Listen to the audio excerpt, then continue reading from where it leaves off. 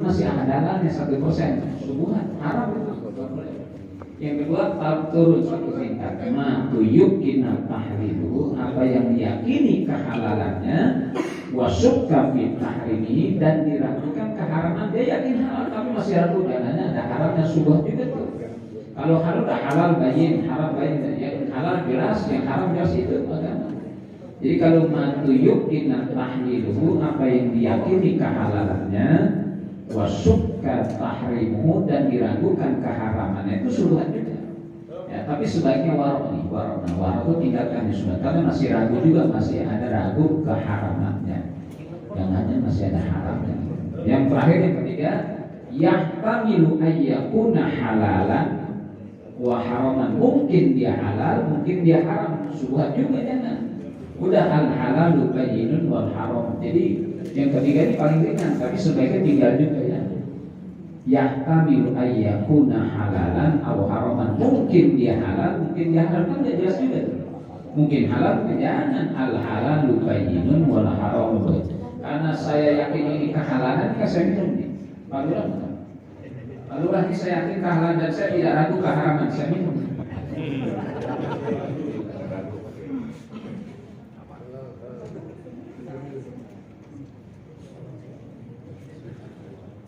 Kalau saya ragu kehalalannya, saya yakin kehalalannya orang halal. Saya yakin kehalalannya, tapi saya ragu kehalalannya, tidak boleh syubhat. Mungkin halal, mungkin haram, tidak boleh. Ya, harus al-halalu bayyinun wal haram. Yang halal itu jelas, wal haram itu dalam prinsip beragama. Jelas ya? Jelas ya? Jadi kata Nabi, al-halal bayyinun wal haram. Yang halal bayyin jelas, wal haram bayyinun, yang haram jelas. Maka tingkatan subhat ada 3 tadi. Pertama, ma tuyukin tahrimuhu wa sukka fi hillihi. Apa yang diyakini keharamannya dan diragukan kehalalannya. Ini makomnya jatuh haram. Yang kedua, ma tuyukin tahriluhu, apa yang diyakini kehalalannya, wa sukka fi tahrimi, dan diragukan keharamannya, subhat juga. Yang ketiga paling ringan, ayyakuna yahtamilu halalan wa yahtamilu, mungkin halal mungkin haram, subhat juga. Karena masih mungkin halal mungkin haram, berarti nggak jelas juga. Hanya al-halalu bayyinun wal haram. Pokoknya yang halal itu jelas, yang haram jelas juga. Orang yang pasti aja dah kita orang bangsa. Yang pasti halal ambil ya. Kalau gua ragu gua ambil, subhat. Ini prinsip agama. Jangan apa aja ditolak, apa aja ditolak. Qala Allah Ta'ala, telah berfirman Allah Ta'ala, wa tahsabunahu hayyinan wa huwa 'indallahi 'azim. Wa tahsabunahu, dan kalian mengiranya hayyinan, enteng, ringan. Wa huwa 'indallahi 'azim, dan yang demikian itu di sisi Allah azim, perkara besar. Kalian mengiranya enteng, tahsabunahu hayyinan, kalian mengiranya hayyinan, ringan. Wa huwa, dan sedangkan yang demikian itu indallahi, di sisi Allah azim, perkara yang besar. Jadi kita mengaranya enteng, kalau di sisi Allah perkara besar. Wa tahsabunahu hayyinan wa huwa indallahi azim, dan kalian menyangkanya itu ringan. Wa huwa, dan sedangkan yang ringan itu indallahi, di sisi Allah azim, adalah perkara besar. Bagi kita enteng, di sisi Allah perkara besar. Wa qala ta'ala, inna rabbaka labil mirsad. Ya, jadi Al-Qur'an tadi, inna rabbaka labil mirsad. Wa amin Nu'man ibn Bashir radhiyallahu anhu maqala. Dan dari Nu'man bin Bashir radhiyallahu anhu, mudah-mudahan meridai Allah akan keduanya, qala, berkata ia, sami'tu Rasulullah sallallahu alaihi wasallam yaqulu, aku pernah mendengar Rasulullah sallallahu alaihi wasallam yaqulu, ada berucap, innal halala bayyinun, sesungguhnya yang halal itu bayyin, sudah jelas. Wa innal harama, dan sesungguhnya yang haram itu bayyinun, adalah jelas nih. Al halal bayyin wal haram, yang halal jelas, wal haram bayyin, jelas. Wa bainahuma bainahuma dan di antara keduanya, di antara yang halal dan haram ini mustabihat, ada perkara mustabihat yang sangat tidak jelas. La ya'lamuhunna, yang tidak mengetahuinya akan itu kasirun, kebanyakan minan nas, daripada manusia. Gak banyak yang tahu, kata Nabi, itu yang subuhat. Nah, tadi saya kasih standar tuh, kata Syekh Nawawi Al-Bantani dalam kitab Irsyadul Ibad, ya, Nasrul Ibad tuh. Subuhat itu 3 tingkatan. Jadi kalau dalam hidup kita yakin iman tuyukinan tahrimuhu wa syukka fi hillihi, apa yang diyakini keharamannya dan diragukan kehalalannya, dan dia sudah yakin ini halal tapi masih ragu kehalalannya, mungkin ada halalan, ini sudah subuhat. Haram nih, makomnya makom haram nih, karena dia yakini keharamannya. Lebih berat yakin keharamannya meskipun ragu kehalalannya. Jadi matuyuk inan tahrimuhu wa syukka fi hillihi, apa yang diyakini keharamannya dan diragukan kehalalannya, tapi sudah yakin keharamannya, subuhan, jangan diambil, jangan dimakan, jangan diterima. Yang kedua, matuyuk inan tahrimuhu, apa yang diyakini kehalalannya, wa syukka fi tahrimihi, dan diragukan keharaman, dia yakin halal tapi masih ragu, jangan adanya haram, subuhan juga tuh. Yang ketiga, yahtamilu ayyakuna halalan aw haraman, mungkin ia menjadi halal, mungkin haram, masih mungkin juga, nggak yakin, subuhan. Makanya al halalu bayyinun wal haramu bayyinun, yang halal jelas, yang haram jelas. Ini hadisnya. Innal halala bayyinun, sungguh yang halal itu bayyinun, adalah jelas. Wa innal harama bayyinun, dan sungguh yang haram itu bayyinun, jelas. Wa bainahuma, dan di antara keduanya, antara yang halal dan yang mustabihat, ada perkara-perkara mustabihat, perkara-perkara yang samar, gray area di sini, area abu-abu. La ya'lamuhunna, tidak ada yang mengetahuinya, kasirun, kebanyakan minan nas, gak banyak yang tahu soal subuh ini. Famanit taqos subuhati, maka siapa orang yang menjaga dirinya as-subuhat, dari perkara subuhat yang enggak jelas halal dan haramnya, istabro'a di dinihi wa irdihi, sungguhnya ia telah membersihkan bagi agamanya, wa irdihi, dan kehormatannya. Kalau kita mau nggak rakus-rakus amat, kita sudah menjaga kehormatan diri kita dan agama kita. Famanit taqos subuhati, maka siapa orang yang menjaga dirinya as-subuhat, dari perkara subuhat ini yang antara halal dan haram, faqadis tabro'a, maka sesungguhnya ia telah membersihkan bagi agamanya dan di kehormatannya. Istabro'a di dinihi wa irdihi. Istibra itu asalnya kalau perempuan sudah selesai haid, itu istibra, sudah melepaskan diri dari haidnya, istibra. Di famanit taqos subuhati, siapa orang yang menjaga diri as-subuhat, dari perkara-perkara yang subuhat, istabro'a, berarti ia telah membersihkan lidinihi, bagi agamanya, wa irdihi, dan kehormatannya. Wa man waqa'a fis subuhati, dan siapa orang yang terjatuh dalam perkara yang subuhat, waqa'a fil haram, ia telah jatuh dalam perkara yang haram. Meskipun tadi tingkatnya 3 tuh. Jadi kalau sudah terjatuh, main di sini ini sudah terjatuh dalam man waqa'a fil haram. Siapa orang yang telah terjatuh bis subuhat, di dalam perkara subuhat nih, waqa'a fil haram, maka ia telah terjatuh dalam perkara yang, jadi kalau main-main subuhat udah jatuh main-main di haram tuh. Jadi gue sih yang jelas-jelas aja dah, gitu. Anak sekarang gitu. Gue yang jelas-jelas aja dan gak mau yang abu-abu, yang remeng-remeng gak mau. Remeng-remeng bahaya gak Pak? Ya, emang remeng-remeng artinya apa? Suka main remeng-remeng gitu. Iya, dia malam minggu ke Parung. Jangan nengok sampingnya Pak, nengok sampingnya baik. Oh, lu duluan di sini kan? Dan tunjukkan, lu di sini ya, lu duluan di sini. Sampingnya lurah. Di pojokannya Pak Camat ya. Rapat di Parung. Rapat di Parung. Kayaknya sekarang ada acara malam minggu itu, ada lurah hadir, subhanallah, yang hebat banget lurah di biasanya lurah malam minggu adanya sono mas. Kayaknya dulu guru manusia beres asbabul bisa lurasain. Itu asbabul lurasain asalnya kata-kata lurah, lurasain gitu.